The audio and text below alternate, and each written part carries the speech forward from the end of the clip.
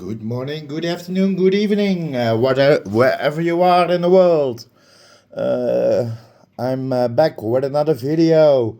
I didn't do a video or live stream in a while, so um, at the moment we're monitoring the Romeo foxtrot net on channel 39, 395, 27395, and I'm going to let you listen. Of course, my antenna is low, so I don't receive much. I'm listening vertical and horizontal on the auto radio above.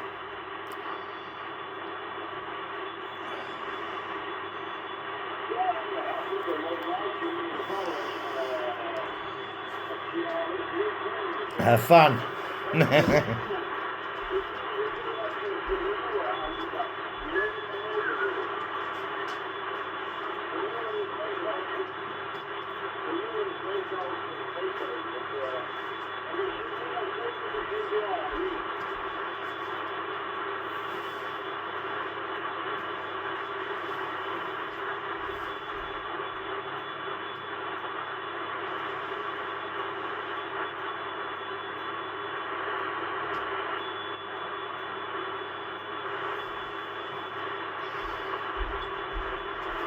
Oh, hold on.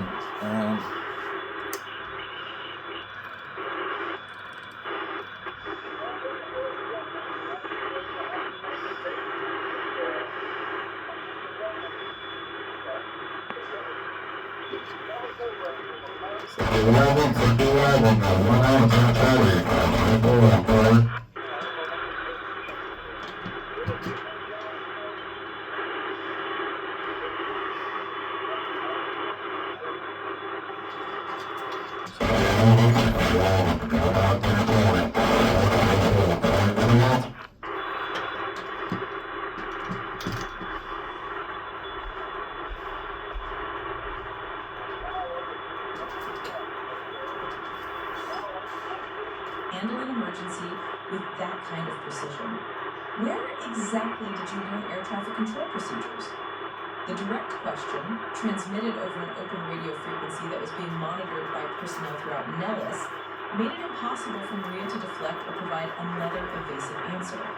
Every person in the operations center was staring at her, waiting for an explanation that would make sense of her extraordinary performance. Rodriguez's voice joined the conversation from the flight line, adding another layer of complexity to Maria's predicament. Ground control?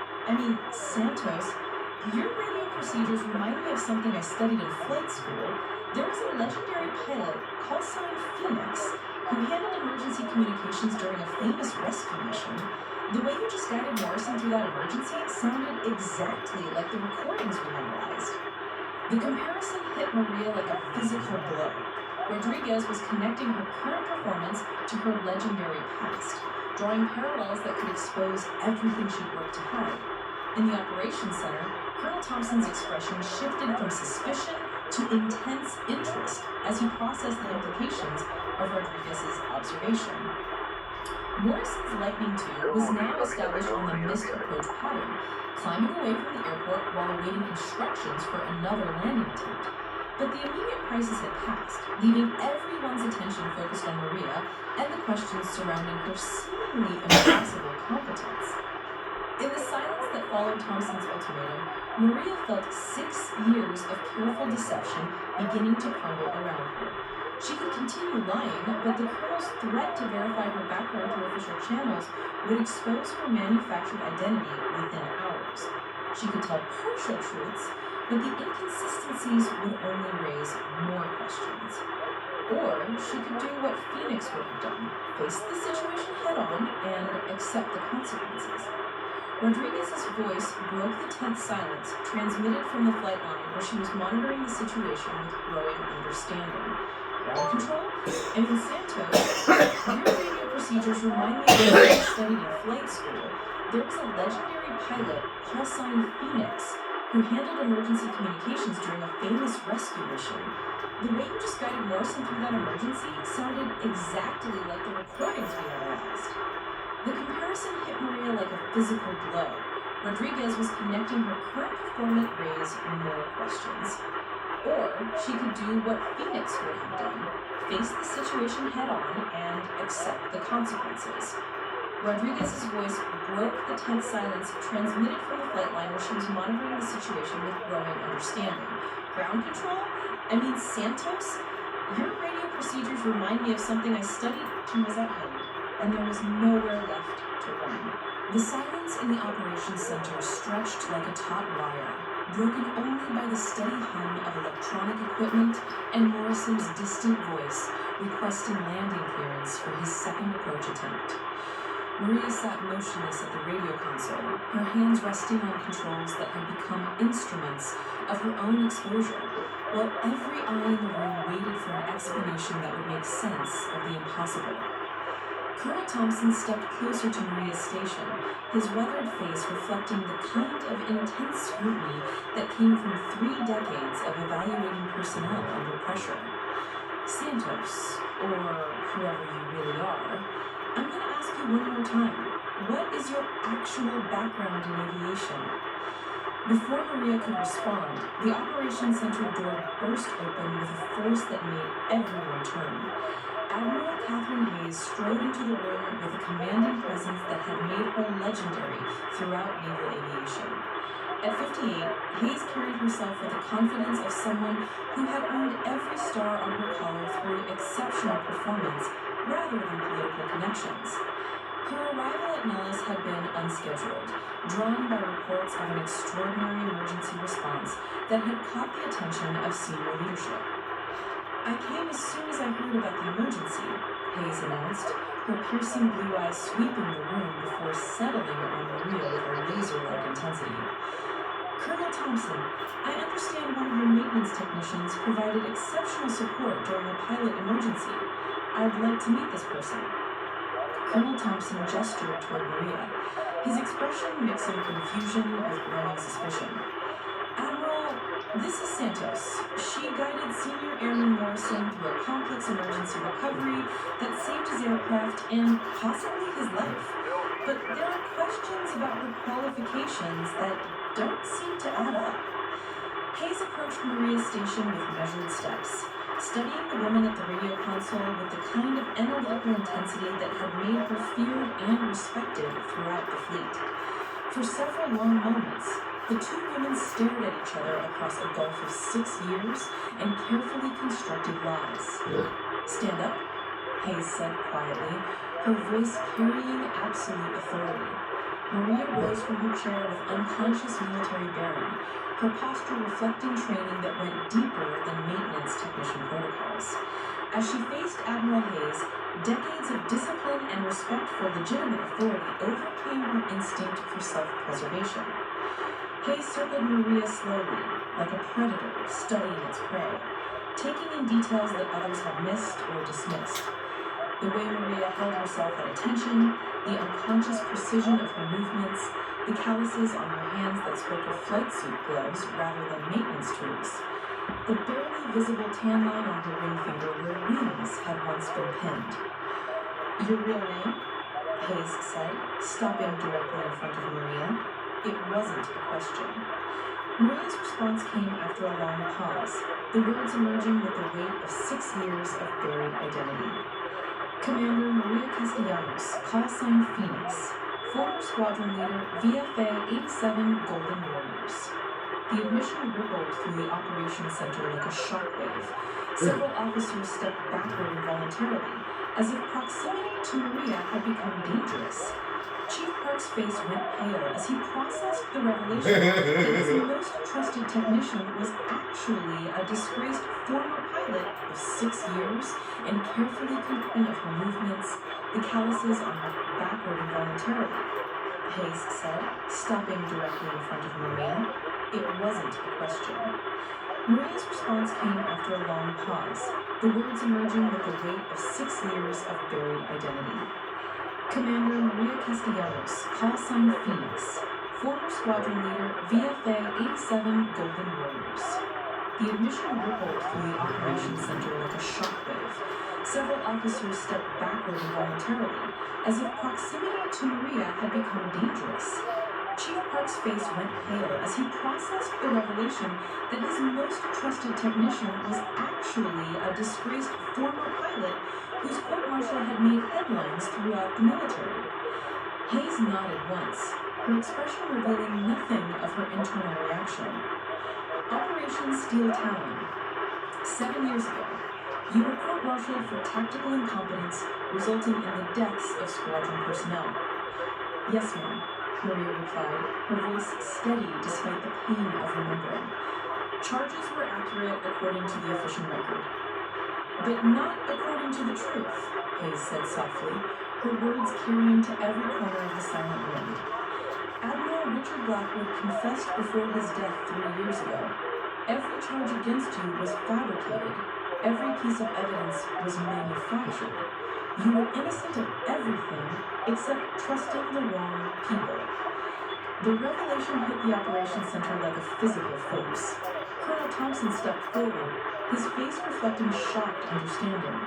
You're saying Santos, Commander Castellanos, was framed? Completely and systematically, Hayes confirmed, never taking her eyes off Maria. Admiral Blackwood and his network of corrupt officers needed a scapegoat for their own failures and betrayals. Commander Castellanos was chosen because she was competent enough to be believable as a reckless leader, but isolated enough to be destroyed without significant resistance. Morrison's voice crackled through the radio, unaware of the drama unfolding in the operations center. Ground control, Lightning 203 ready for second approach attempt, requesting vectors to final approach course. Maria looked toward the radio console, torn between her revealed identity and the immediate responsibility of completing Morrison's safe recovery. Hayes nodded toward the equipment with an expression that was both command and invitation. Finish what you started, Commander, Hayes said. The rank carrying weight it hadn't held for 6 years. Bring him home. Maria returned to the radio console, but now her movements carried the confidence of someone who no longer needed to hide her competence. Lightning 203, ground control. Turn left heading 180, descend and maintain 3,000 feet. Your number 1 for runway 21 left. Her voice had changed subtly, but unmistakably, carrying the authority and precision that had once made her legendary among naval aviators. The transformation from maintenance technician Santos to Commander Phoenix was complete, and everyone in the operations center could hear the difference. Roger, turning left 180, descending to 3,000, Morrison replied. Then, after a pause, ground control, your voice sounds different. More official? Rodriguez's excited voice broke into the frequency from the flight line where she had been listening to the radio exchanges with growing recognition. Morrison, you're being guided by Commander Maria Phoenix Castellanos, the Phoenix, the only pilot in Top Gun history to achieve a perfect kill ratio. The words transmitted over the open frequency reached every aircraft in the Nellis area, every control facility monitoring the emergency, and every pilot who had grown up hearing stories about the legendary Phoenix. The response was immediate and unprecedented. Holy shit! Morrison's voice filled with awe and disbelief. Phoenix? The Phoenix is guiding my approach? From aircraft scattered across the Nevada sky, radio calls began flooding the frequency as pilots recognized the name that had become legend. But it was Rodriguez who initiated the gesture that would become one of the most recorded moments in naval aviation history. Lightning 203, Rodriguez transmitted from the flight line, her young voice filled with emotion and respect. This is Hawk. It's an honor to share airspace with a legend. Phoenix, you have my salute. The silence that followed lasted exactly 3 seconds before Morrison's response changed everything. Phoenix, this is Viper. For what it's worth, you have mine too. It's an honor to be guided home by the best pilot who ever lived. What happened next had never occurred before in modern military aviation. Across the Nevada test range, pilots in F-35 Lightning IIs, F-16 Fighting Falcons, and F/A-18 Super Hornets began transmitting their call signs and rendering radio salutes to the woman whose legend had inspired a generation of aviators. Phoenix, this is Razor in the F-16. You have my salute, ma'am. Phoenix, this is Gunner in the Super Hornet. Proud to share the sky with you. Phoenix, this is Stallion in Lightning 204. Your reputation preceded you, Commander. Salute. The radio frequency became a chorus of respect as pilot after pilot acknowledged the presence of someone they had only known through hail as he processed the revelation that his of her movements, the calluses on urban warriors. The admission, Commander Maria Castellanos, call sign Phoenix. Former squadron tells that others had missed or dismissed. Hayes said, stopping directly in front of Maria. It wasn't a question. Maria's response came after a long pause, the words emerging with the weight of 6 years of buried identity. Commander Maria Castellanos, call sign Phoenix. Former squadron leader, VFA 87 Golden Warriors. The admission rippled through the operations shockwave.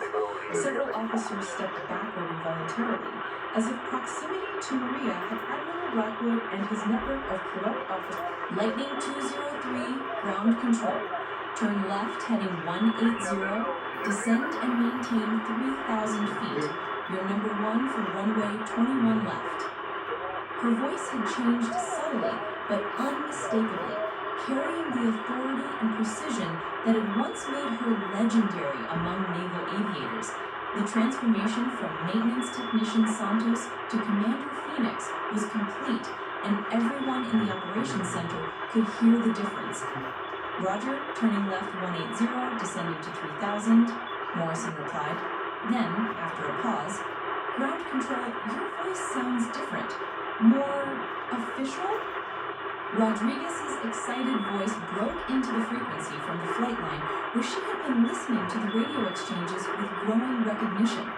Morrison, you're being guided by Commander Maria Phoenix Castellanos, the Phoenix, the only pilot in Top Gun history to achieve a perfect kill ratio. The words transmitted over the open frequency reached every aircraft in the Nellis area, every control facility monitoring the emergency, and every pilot who had grown up hearing stories about the legendary Phoenix. The response was immediate and unprecedented. Holy shit! Morrison's voice filled with awe and disbelief. Phoenix? The Phoenix is guiding my approach? From aircraft scattered across the Nevada sky, radio calls began flooding the frequency as pilots recognized the name that had become legend. But it was Rodriguez who initiated the gesture that would become one of the most recorded moments in naval aviation's finest pilots paid tribute to abilities and achievements that had never been diminished by corrupt officers or manufactured. Mission preceded you, Commander. Salute. The radio frequency became a chorus of respect as pilot after pilot acknowledged the presence of someone they had only known through stories and training videos. In the operations center, grown men and women stood transfixed as they witnessed history being made in real time. Maria's eyes filled with tears she hadn't shed in 6 years as the voices of America's finest pilots paid tribute to abilities and achievements that had never been diminished by corrupt officers or manufactured charges. For the first time since her fall from grace, she felt truly seen and valued for who she really was. Admiral Hayes stepped beside Maria at the radio console, her own eyes reflecting deep emotion. Commander, it's time to come home. But Maria's attention remained focused on the immediate task of bringing Morrison safely to the ground. Phoenix had always finished the mission, no matter what personal costs were involved. Today would be no different. Lightning 203, you're 5 miles from touchdown, on centerline and on glide path. Continue approach, cleared to land, runway 21 left. The legend was no longer hidden. Phoenix had risen from the ashes once more, and the sky itself seemed to welcome her return. Morrison's Lightning 2 touched down on runway 21 left with textbook precision, the result of Maria's expert guidance transforming what could have been a catastrophic emergency into a routine recovery.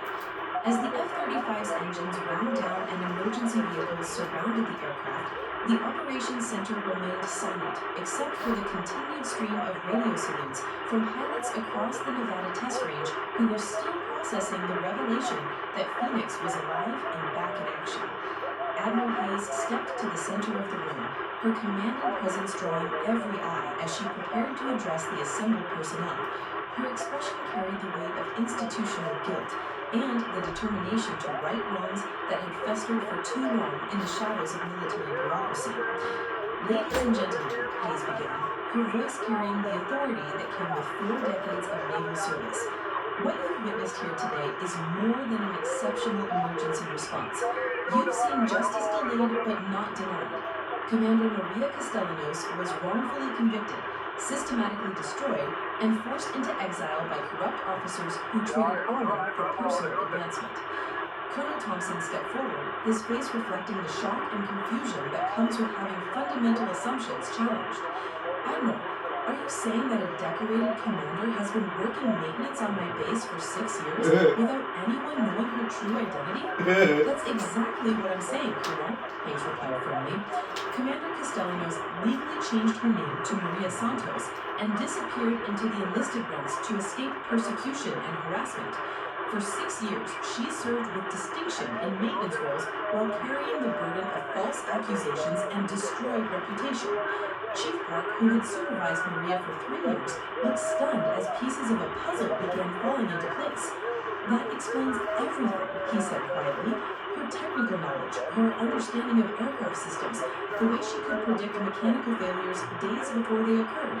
She wasn't just reading manuals, she was drawing on pilot experience. Rodriguez's voice crackled through the hangar communication system as she monitored the situation from the flight line. Admiral Hayes, permission to speak freely about Commander Castellanos' performance today? Granted, Lieutenant. Ma'am, I've been listening to the radio communications throughout this entire emergency.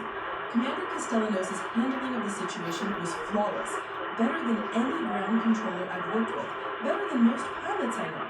Her tactical decision-making, her emergency procedures, her ability to guide Morrison through recovery techniques, it was the work of someone with extensive combat experience. Hayes nodded approvingly. Lieutenant Rodriguez, you've identified exactly the qualities that made Commander Castellanos legendary before her persecution began. What you witnessed today was Phoenix operating at the level that once made her untouchable among naval aviators. Morrison's voice joined the conversation as he completed his post-flight procedures and established radio contact from his aircraft. Admiral Hayes, this is Senior Airman Morrison. I owe my life to whoever was on that radio.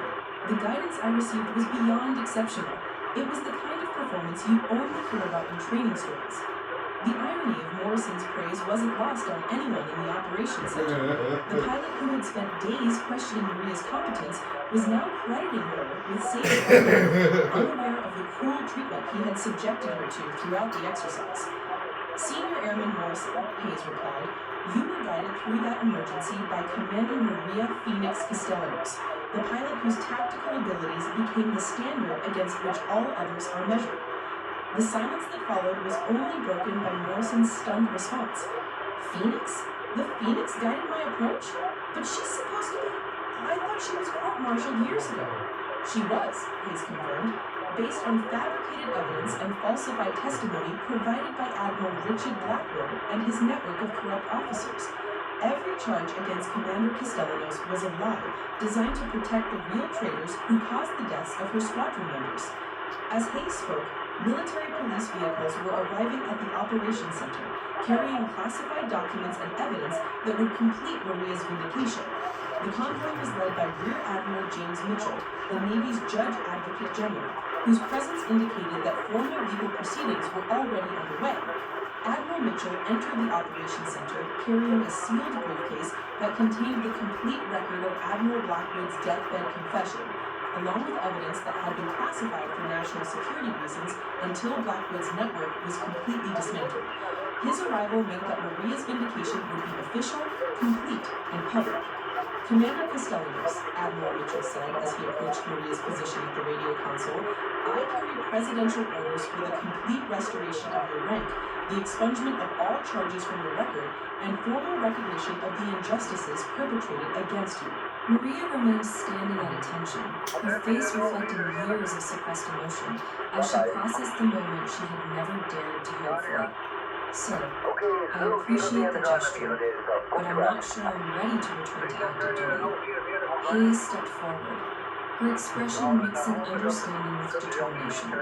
Commander, the Navy needs pilots like you. More importantly, the Navy needs officers with integrity like yours. What Blackwood and his conspirators did to you was unconscionable. But your response, maintaining honor and competence despite persecution, proves everything we should aspire to as naval officers. Rodriguez's voice interrupted from the flight line, where she had been monitoring the conversation with growing excitement. Commander Castellanos, if I may, what you did today, the way you handled that emergency, the lives you saved, that's exactly why people like me wanted to become pilots. You've been our inspiration without us even knowing it. The young pilot's words carried weight that official vindication couldn't match. Maria had spent 6 years believing her career and reputation were permanently destroyed, but Rodriguez's testimony proved that Phoenix's legacy had survived the lies and betrayals that had forced her into hiding. Morrison's voice crackled through the radio once more, carrying a tone of deep humility that marked a dramatic change from her earlier arrogance. Commander Castellanos, this is Morrison. I owe you an apology that goes far beyond today's emergency. My behavior towards you throughout this exercise was unprofessional and disrespectful. I had no idea who you were, but that's no excuse for treating anyone the way I treated you. The admission was public, transmitted over frequencies monitored by personnel throughout Nellis, and represented exactly the kind of accountability that had been missing during Maria's original persecution. Morrison's apology was witnessed by hundreds of military personnel, ensuring that her vindication would be as public as her original humiliation had been. Admiral Hayes opened a secure communication channel to Pentagon leadership, her voice carrying across the operations center as she provided a real-time briefing to the highest levels of Naval Command. This is Admiral Hayes at Nellis. I can confirm that Commander Maria Phoenix Castellanos is alive, has been serving under an assumed identity for 6 years, and has just demonstrated the exceptional abilities that made her legendary. I recommend immediate restoration to full active duty status with appropriate command assignment. The response from Washington was immediate and unequivocal. Within minutes, orders were transmitted restoring Maria's security clearances, reactivating her officer status, and providing back pay for the 6 years she had been wrongfully separated from service. The legal machinery that had destroyed her was now working with equal efficiency to restore everything that had been taken from her. But Maria's response surprised everyone in the operations center, including Admiral Hayes. Instead of accepting immediate reinstatement, she asked for time to consider her options and decide how she wanted to move forward with her restored career. Admiral, Maria said carefully, I appreciate everything you're offering, but 6 years of exile have taught me things about service, leadership, and integrity that I never learned as Phoenix. I'm not the same pilot who was court-martialed 7 years ago, and I'm not sure I want to be. Hayes nodded with understanding that came from her own decades of military service. Commander, take all the time you need. Your rank and status are restored, regardless of what you decide about future assignments. The Navy owes you more than we can ever repay. As the immediate crisis concluded and normal operations resumed throughout Nellis, Maria found herself surrounded by personnel who wanted to shake her hand, express their admiration, and hear stories about her legendary career. But her thoughts were focused on the future rather than the past, and the recognition that vindication was just the beginning of a new chapter in her life. The ghost in maintenance coveralls was gone forever, replaced by a woman who had learned that true strength comes not from avoiding challenges, but from rising above them with integrity intact. 3 days after her public vindication, Maria stood alone on the observation deck of Nellis Air Force Base, watching F-35 Lightning IIs streak across the Nevada sky in perfect formation. The sound of their engines no longer carried the painful reminder of everything she had lost. Instead, it represented possibilities she had never dared to imagine during her 6 years of exile. Admiral Hayes approached quietly, her footsteps barely audible over the distant roar of jet engines. In her hand, she carried a leather portfolio containing formal offers that represented the Navy's attempt to make amends for the injustices Maria had endured. "The Pentagon has been busy," Hayes said, settling beside Maria at the observation rail. "They're calling it the most comprehensive restoration of an officer's career in naval history." Maria accepted the portfolio, but didn't open it immediately.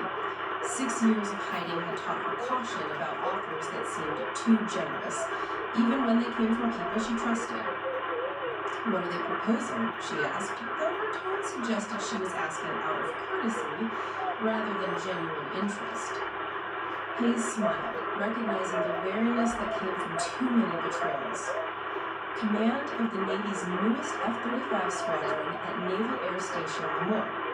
Full bird colonel within 18 months, your choice of deployment assignments. Essentially, they're offering you the career trajectory you should have had if Blackwood hadn't destroyed it." The offer was everything Maria could have wanted 7 years earlier, when her court-martial had stripped away her identity in the future. Command of an elite squadron, rapid promotion, and the opportunity to shape the next generation of naval aviators. It represented complete restoration and the chance to reclaim her rightful place in military aviation. "There's more," Hayes continued, consulting notes she made during conversations with senior leadership. "The Secretary of the Navy wants to present you with a formal apology at a public ceremony. They're discussing retroactive awards for your actions during Operation Steel Talon. There's talk of establishing a scholarship program in your name for female aviators facing adversity." Maria nodded thoughtfully, but her expression remained neutral. The offers were generous, perhaps even more than she deserved. But 6 years of working alongside enlisted personnel had given her perspectives that her former life as Phoenix had never provided. "What about Rodriguez?" Maria asked, surprising Hayes with the apparent change of subject. "Lieutenant Rodriguez? What about her?" "She's talented, but she's going to face the same challenges I faced as a young pilot. The same casual discrimination, the same assumptions about her competence, the same officers like Morrison who think privilege trumps performance. What's being done to ensure she doesn't go through what I went through?" Hayes studied Maria with renewed appreciation, recognizing that 6 years of exile had developed wisdom that went beyond tactical aviation skills. "The Navy is implementing new policies based on lessons learned from your case. Enhanced oversight of command claimants, stronger protections for personnel reporting discrimination, and mandatory training on inclusive leadership." "Policies are just words on paper," Maria replied quietly. "What matters is having leaders who understand that competence has nothing to do with gender, rank, or social connections. Leaders who've learned that lesson through personal experience." The conversation was interrupted by approaching footsteps as Rodriguez climbed to the observation deck, her face reflecting the mixture of excitement and nervousness that comes with important news. "Commander Castellanos," Rodriguez said, rendering a crisp salute that Maria returned with unconscious precision. "I wanted to thank you personally for what happened 3 days ago. Watching you handle that emergency, it changed how I think about what's possible in this profession." Maria gestured for Rodriguez to join them at the observation rail, creating a small circle of 3 women whose careers represented different generations of naval aviation. "Lieutenant, what do you want from your career? Not what others expect from you, but what you want." Rodriguez considered the question seriously before responding. "I want to be the kind of pilot who makes everyone around her better. I want to prove that skill and dedication matter more than politics or connections. And someday I hope to mentor other young pilots the way you've inspired me." The answer revealed depth and maturity that impressed both Maria and Admiral Hayes. Rodriguez understood that true success in military aviation went beyond personal achievement to include lifting others up and changing systemic problems that prevent. Yeah, I know, guys. It's not much,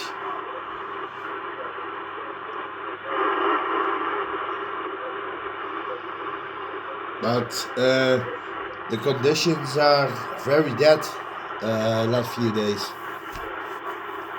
Ja hoor, dat is helemaal top. Als je wat op wilt nemen, dan kan dat. Ik wil niet te lang gebruik maken van de frequentie, want Richard die heeft zijn blaad verleegd. Die heeft waarschijnlijk een kopje koffie of een biertje erbij gepakt en die zal zo de microfoon bij de overnemen op het jack. Maar Richard, mocht je dit horen, jongen, even bedankt dat je mij die gelegenheid hebt gegeven om met op het jack even die test te draaien. Dus op het jack voor jou de mic en dan laat ik hem gaan. Dan gaat de mic weer terug naar Richard. Admiral, Maria said, turning back to Hayes with a decision crystallizing in her mind. I appreciate everything the Navy is offering, but I'm not ready to return to active flying status. Hayes' expression reflected surprise and disappointment, though she tried to maintain professional composure. Commander, if it's about the squadron command, we can find other assignments. Flight instructor positions, test pilot programs, staff assignments that would utilize your expertise without requiring you to lead combat operations. It's not about the specific assignment, Maria replied, opening the leather portfolio to examine the formal offers. It's about what I've learned during 6 years of seeing the Navy from a different perspective. As Phoenix, I was focused on being the best pilot I could be. As Santos, I learned about the people who make exceptional pilots possible.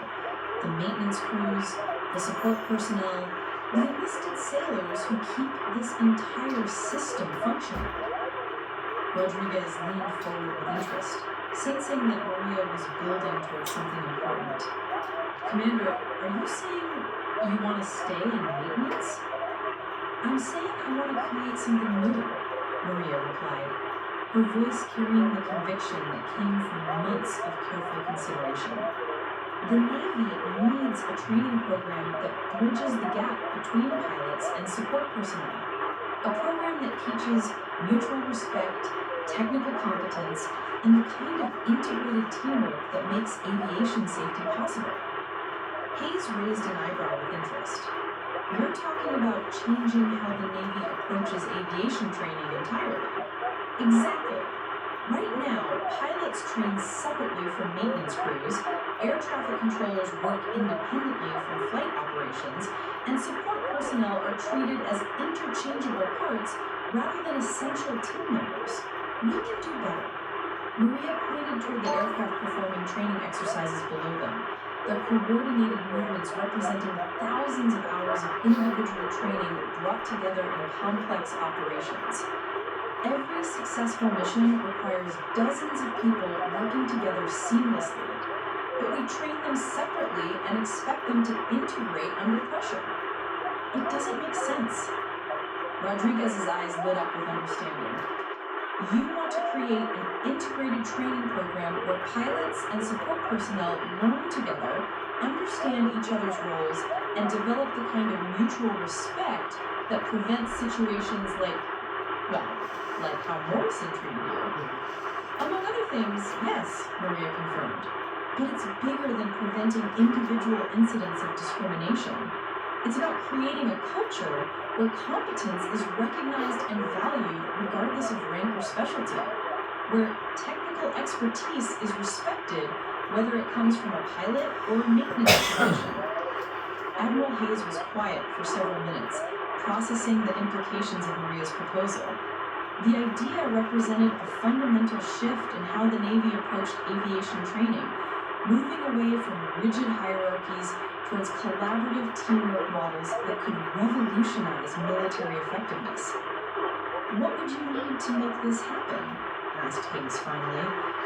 A test facility, probably somewhere like Naval Air Station Pensacola, where new aviators begin their training, authority to recruit personnel from across specialties, Pilots, maintenance technicians, air traffic controllers, logistics specialists, and most importantly, backing from senior leadership when traditional thinkers resist change. Hayes smiled for the first time since the conversation began. Commander, you're describing the kind of institutional change that takes decades to implement and careers to champion. Are you prepared for that kind of long-term commitment? Maria looked over the Nevada desert where the afternoon sun was casting long shadows across runways that had witnessed decades of military aviation evolution. Her answer, when it came, reflected the wisdom gained through years of exile and the confidence that came from surviving the worst that military bureaucracy could inflict. Admiral, Phoenix was focused on personal excellence and individual achievement. That version of me was important, but she was also limited by her perspective. Santos learned about service, sacrifice, and the value of every person who contributes to mission success. I want to combine those experiences into something that makes the entire Navy better. Rodriguez stepped forward with an expression of barely contained excitement. Commander, if you're serious about this training program, I'd like to volunteer as your first pilot recruit. What you're describing sounds like the kind of leadership the Navy desperately needs.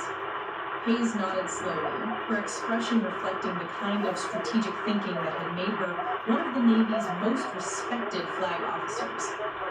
Commander Castellanos, I think you found your true calling, and I think the Navy is about to get exactly the kind of innovation it needs. The decision was made. Phoenix would not return to the skies as a combat pilot, but she would rise again as something even more valuable. A leader who understood that true strength comes from lifting others up rather than simply soaring alone. 18 months later, Commander Maria Castellanos stood at the podium of the newly constructed Phoenix Integration Center at Naval Air Station Pensacola, addressing the first graduating class of the Navy's revolutionary Integrated Aviation Excellence Program. The gleaming facility behind her represented more than just buildings and runways. It embodied a fundamental shift in how the military approached aviation training and personnel development. The audience of 127 graduates represented every aspect of naval aviation. Pilots sitting beside maintenance technicians, air traffic controllers next to logistics specialists, and flight surgeons alongside ordnance handlers. For 12 intensive weeks, they had trained together, learned from each other, and developed the kind of mutual respect and understanding that Maria had envisioned during those difficult days at Nellis. Ladies and gentlemen, Maria began, her voice carrying across the ceremony with the confidence that came from watching impossible dreams become reality. You represent the future of naval aviation, not because of your individual skills, though those are exceptional, but because of your understanding that excellence is a team effort that transcends rank, specialty, and traditional boundaries. In the front row, Lieutenant Sofia Rodriguez, now Lieutenant Commander Rodriguez, sat with her own flight suit bearing the wings she had earned through the integrated program. Beside her, Chief Petty Officer Amanda Santos, a former maintenance technician who had become the program's first enlisted pilot through Maria's revolutionary training model, represented proof that competence could flourish when given proper opportunity and support. Admiral Hayes, now Commander of Naval Air Forces, had traveled from Washington specifically for this graduation ceremony. Her presence reflected the Pentagon's recognition that the Phoenix program had exceeded every expectation and become a model for military training programs worldwide. When Commander Castellanos first proposed this integrated approach, Admiral Hayes addressed the audience. Many traditionalists doubted whether it could work. They questioned whether breaking down barriers between specialties would compromise rather than enhance readiness. Today's graduates have proven those doubts unfounded. The statistics spoke for themselves. Graduates of the Phoenix program demonstrated 47% fewer maintenance-related incidents, 62% improvement in mission completion rates, and virtually eliminated the kind of interpersonal conflicts that had plagued traditional training models. More importantly, program graduates reported higher job satisfaction, stronger team cohesion, and increased retention rates across all specialties. Chief Santos stepped to the microphone to deliver the enlisted perspective on her graduation. 2 years earlier, she had been struggling with basic avionics training at a traditional facility where her questions were dismissed and her potential overlooked. The Phoenix program had recognized her analytical skills and provided pathways to advancement that would have been impossible under conventional training models. Commander Castellanos taught us that competence has no rank. She showed us that asking questions is a sign of engagement, not ignorance, and that teaching others strengthens rather than diminishes our own expertise. This program didn't just make me a better technician, it made me a better sailor and a better person. The ceremony was being broadcast live to naval installations worldwide, with similar programs already under development at bases from Norfolk to San Diego. The Phoenix model was rapidly becoming the standard for integrated military training, with requests for consultation coming from allied nations and other service branches. But for Maria, the most meaningful moment came when Jake Morrison approached the podium to deliver remarks as a guest speaker. The former pilot had completed his own journey of redemption through voluntary participation in the Phoenix program's remedial leadership course, designed for officers whose careers had been damaged by unprofessional behavior. 2 years ago, I was everything wrong with military aviation. Arrogant, dismissive, convinced that rank entitled me to treat others as inferior. Commander Castellanos could have ended my career with a single word to Admiral Hayes. Instead, she offered me a chance to learn and grow. Morrison's transformation had been remarkable. After completing the Phoenix program's leadership rehabilitation course, he had become one of its most effective advocates, using his own failures as teaching examples for other officers struggling with similar issues. His voluntary participation in remedial training had become a model for addressing problematic leadership before it destroyed careers or harmed unit cohesion. The Phoenix program saved my career, but more importantly, it taught me what service really means. Commander Castellanos showed me that true leadership isn't about demonstrating superiority. It's about developing the potential in everyone around you. As the ceremony concluded and graduates received their certificates, Maria felt a profound sense of completion that went beyond personal vindication. The program she had created was addressing systemic problems that had plagued military aviation for decades, creating pathways for advancement based on merit rather than connections, and fostering the kind of inclusive excellence that made everyone better. Rodriguez approached Maria as the crowd began to disperse, her expression mixing professional admiration with personal affection. Commander, I have news from the Pentagon. They want to expand the Phoenix program to include ship-based aviation training. You'd be looking at command of a carrier air wing within 3 years.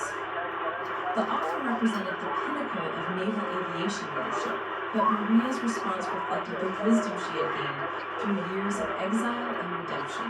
Sophia, the program's success depends on it staying focused on training and development, rather than becoming another avenue for traditional career advancement. I'm exactly where I need to be. Admiral Hayes joined the conversation, having overheard Rodriguez's offer and Maria's response. Commander, the Navy needs leaders who understand that the mission is more important than personal advancement. Your decision to stay with the Phoenix program rather than pursuing higher command positions demonstrates exactly the kind of servant leadership we need more of.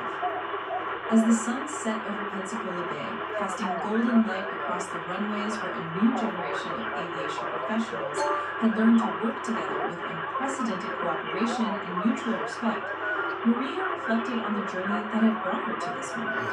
6 years of exile had been painful, but they had also been necessary for her to develop the perspective and wisdom needed to create lasting change. The maintenance coveralls were gone forever, replaced by the uniform of a commander whose influence extended far beyond any single aircraft or mission. Phoenix had risen from the ashes not as the same pilot who had been destroyed by corruption and betrayal, but as a leader who understood that true victory came from making the entire system better rather than simply reclaiming personal glory. In her quarters that evening, Maria opened the small wooden box that had once held her three mementos from her former life. The tarnished squadron badge, the photograph of Maria herself, and Lieutenant Torres's final letter were still there. But they were joined by new items, letters from Phoenix program graduates describing how the training had changed their careers and lives, photographs from graduation ceremonies showing the diverse faces of integrated excellence, and commendations from senior leadership recognizing the program's revolutionary impact. The ghost in maintenance coveralls had become something far more valuable than the legendary pilot she had once been. Phoenix had learned to fly again, not through the air, but through the lives and careers of everyone she lifted up along wings had the chance to own them. The legend lived on, but now it meant something bigger than individual excellence. It meant a future where competence, integrity, and teamwork mattered more than politics, connections, or prejudice. Phoenix had risen from the ashes to light the way for everyone who followed. And up next, we've got two more standout stories right on your screen. If this one hit the mark, you won't want to pass these up. Just... Okay, yeah.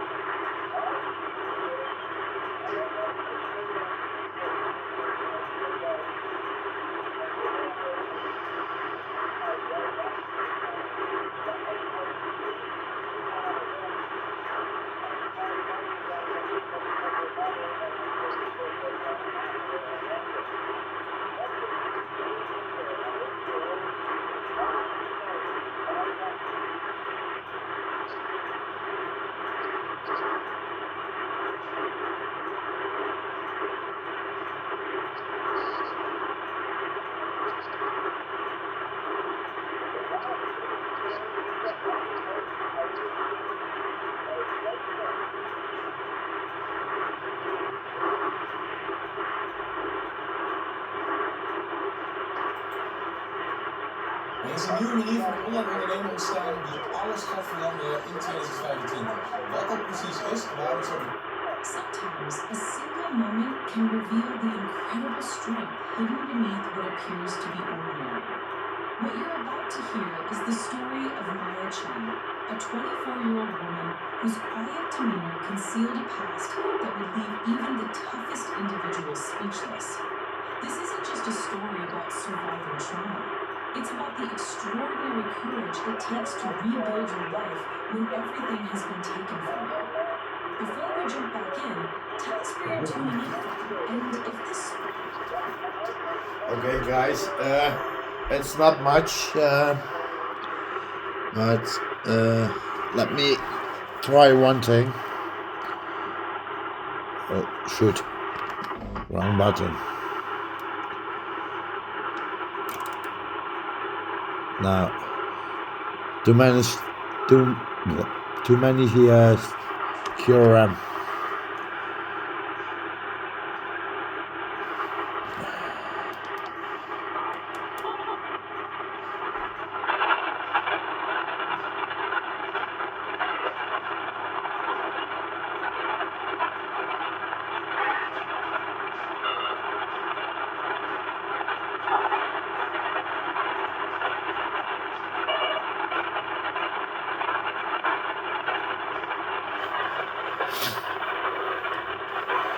Sorry guys, I'm going to end the video. I mean, it's quiet on this side. I was hoping for a better video than this, but yeah, the conditions are so bad I don't receive anything, so no point in keep going with the video. Okay guys, please like and subscribe. 73s.